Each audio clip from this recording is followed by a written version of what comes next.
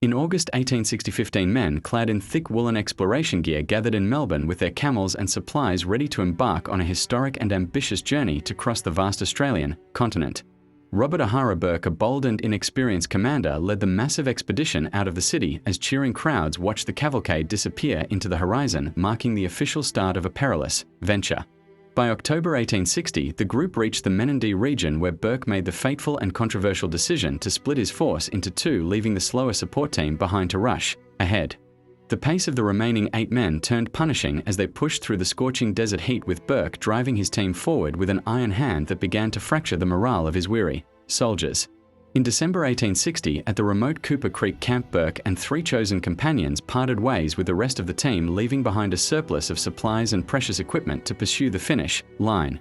The relentless January heat and heavy tropical rains battered the 4 men as they hacked through the dense and unfamiliar vegetation while trying to map the unknown terrain under exhausting conditions. By February 1861, the explorers reached the swampy mudflats near the Gulf of Carpentaria, but the thick mangroves hid the sea from their desperate eyes, turning their monumental achievement into a hollow success. The men realized they were far too exhausted to continue, and with no food reserves left, they turned back toward the south to begin a grueling return journey that would test the very limits of human endurance. Tragedy struck in March 1861 when the struggling Grey succumbed to starvation and exhaustion, forcing the 3 remaining men to bury their companion in a shallow grave amidst the unforgiving wilds. When the trio finally stumbled back into Cooper Creek in April 1861, they were met with the horrific realization that the support team had departed just 9 hours earlier, leaving them effectively abandoned.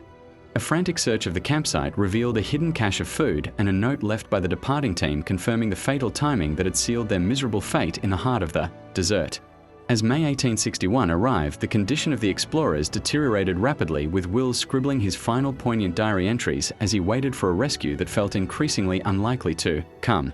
In June 1861, the brave William Wills breathed his last breath alone in the wilderness, while Burke and King struggled onward in a desperate final bid to find help from the local indigenous tribes. The pride of the commander ultimately led to his demise as Burke refused the food offered by the local people and passed away beneath a solitary tree, leaving King as the sole survivor of the expedition. King lived among the local tribe for weeks, surviving on a diet of fish and roots until his emaciated body was finally discovered by a well-equipped government rescue party sent to find the missing explorers. The rescuers found the grave of Burke and salvaged the remnants of their journals and equipment, providing the world with a haunting look at the final days of the failed Victorian Odyssey. Back in Melbourne, a massive state funeral was held for the 2 men who had become national icons of a tragic ambition that captured the hearts and imagination of a grieving nation.